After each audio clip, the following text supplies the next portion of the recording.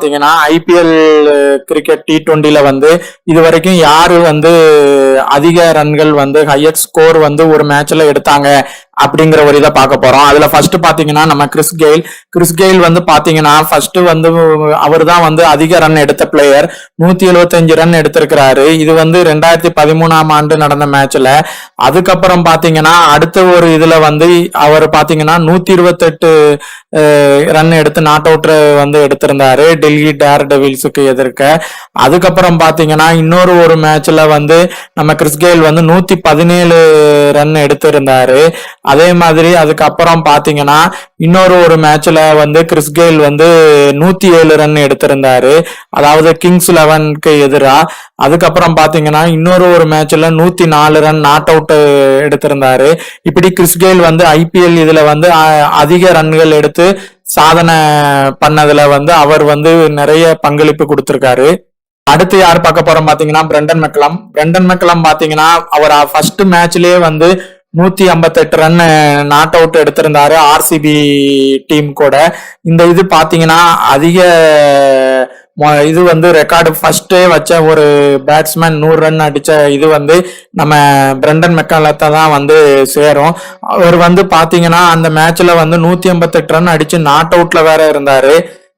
அடுத்து பாத்தீங்கன்னா குவண்டம் டிகாக் வந்து பாத்தீங்கன்னா 140 ரன் வந்து கேகேஆருக்கு எதிராக அடிச்சிருந்தாரு 2022ஆம் ஆண்டுல. இதுல வந்து பாத்தீங்கன்னா அவர் வந்து அருமையா விளையாண்டிருப்பாரு. அதிக ரன்கள் எடுத்திருந்தும் பாத்தீங்கன்னா அவரோட விக்கெட்டை வந்து அவங்களால எடுக்க முடியல. ஆனாலும் வந்து அவருடைய இது வந்து பாத்தீங்கன்னா இப்பவும் வந்து அந்த ரெக்கார்டு வந்து வச்சிருக்கிறது வந்து இன்னும் வேற யாரும் அந்த 140 ரன் அந்த ஸ்குவாட்ல அவங்க டீம்ல வந்து இது வரைக்கும் யாருமே ஹையஸ்டாவும் எடுத்ததில்லை. அடுத்து யாரை பார்க்க போறோம் பாத்தீங்கன்னா அதிரடி பேட்ஸ்மேனான ஏபி டிவிலியர்ஸ்.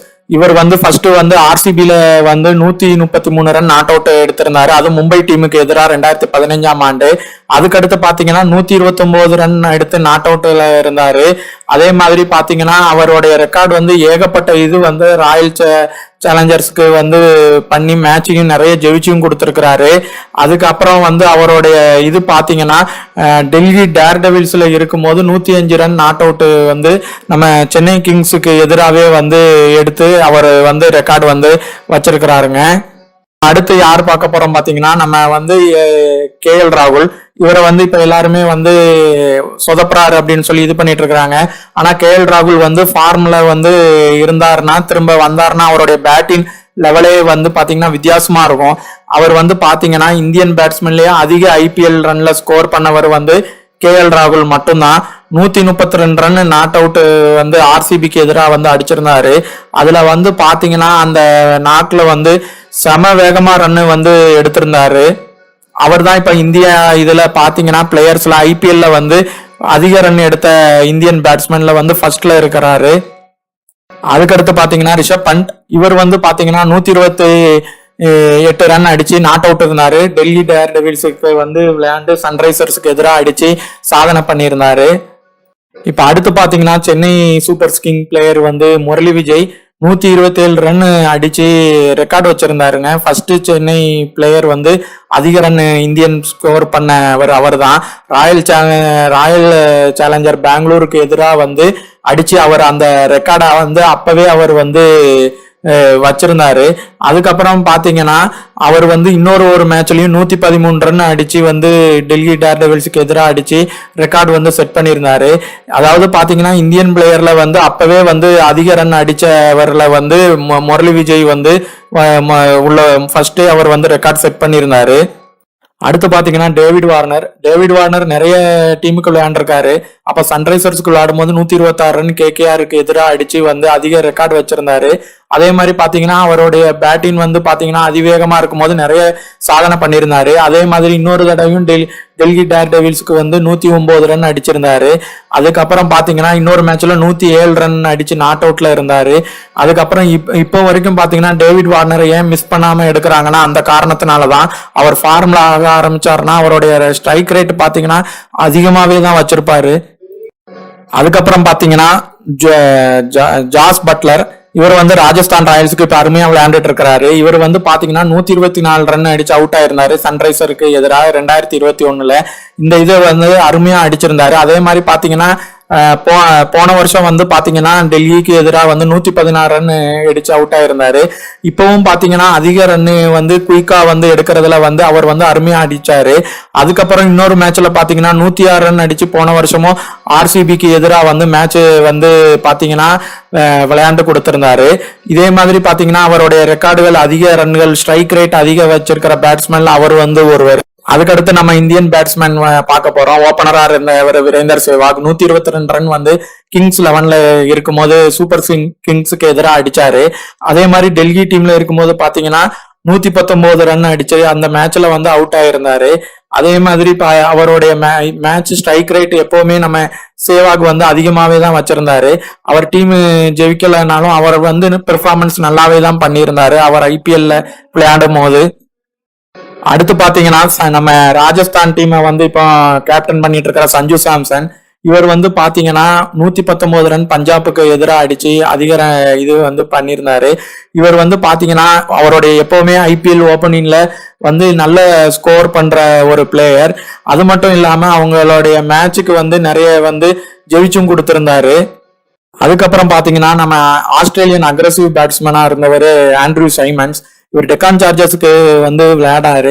ஆனா இந்த டீம் வந்து நிறைய மேட்ச் தோத்து போனாங்க. ஆனா பாத்தீங்கன்னா இவர் வந்து அதிகமாவே ரன் அடிச்சிருந்தாரு. அதுல ஒரு மேட்ச்ல பாத்தீங்கன்னா 117 ரன் அடிச்சு நாட் அவுட் பேட்ஸ்மேனா வந்து அந்த டீமை ஜெயிக்க வச்சிருந்தாரு. அதுக்கு அடுத்து இப்ப யாரை பார்க்க போறோம்னா நம்ம ஷேன் வாட்சன் வந்து பாத்தீங்கன்னா நிறைய ஐபிஎல் டீம்ஸ்க்கு இங்க விளையாண்டுருக்கிறாரு. அதுல ஃபர்ஸ்ட் வந்து அவர் வந்து பாத்தீங்கன்னா ராஜஸ்தான் ராயல்ஸுக்கும் விளையாண்டிருந்தாரு.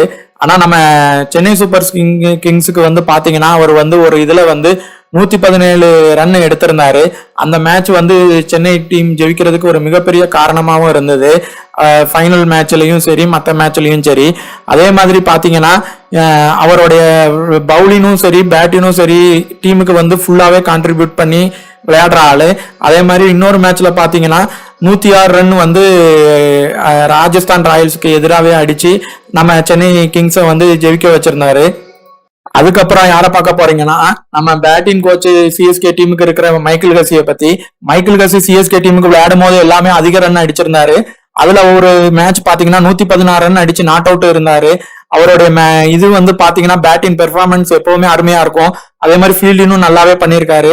அதனாலதான் அவரை வந்து இப்பவும் அவரை வந்து நம்ம டீமுக்கு சிஎஸ்கேக்கு பேட்டிங் கோச்சாவே வச்சிருக்கிறாங்க. அதுக்கப்புறம் நம்ம யாரை பார்க்க போறோம்னு பாத்தீங்கன்னா நம்மளுடைய விக்கெட் கீப்பர் பேட்ஸ்மேன் வந்து தான் பிருத்திமன் ஷாவா. இவர் வந்து பாத்தீங்கன்னா கிங்ஸ் 11ல விளையாடும் போது 115 ரன் அடிச்சு நாட் அவுட்டா இருந்தாரு கேகேஆருக்கு எதிர. இந்த மேட்ச்ல வந்து அவர் வந்து அந்த ரன் அடிச்சது மிகவும் அவங்களுக்கு உதவியாகவும் இருந்தது. அதே மாதிரி பாத்தீங்கன்னா அவர் வந்து நிறைய மேட்ச் நிறைய ரன்னும் அடிச்சிருக்கிறாரு இந்த ஐபிஎல் டீம்ல. அதுக்கப்புறம் பாத்தீங்கன்னா சனத் ஜெயசூர்யா, இவர் வந்து பாத்தீங்கன்னா ஐபிஎல் ஒரு சீசன் மட்டும்தான் விளையாண்டு இருந்தாரு.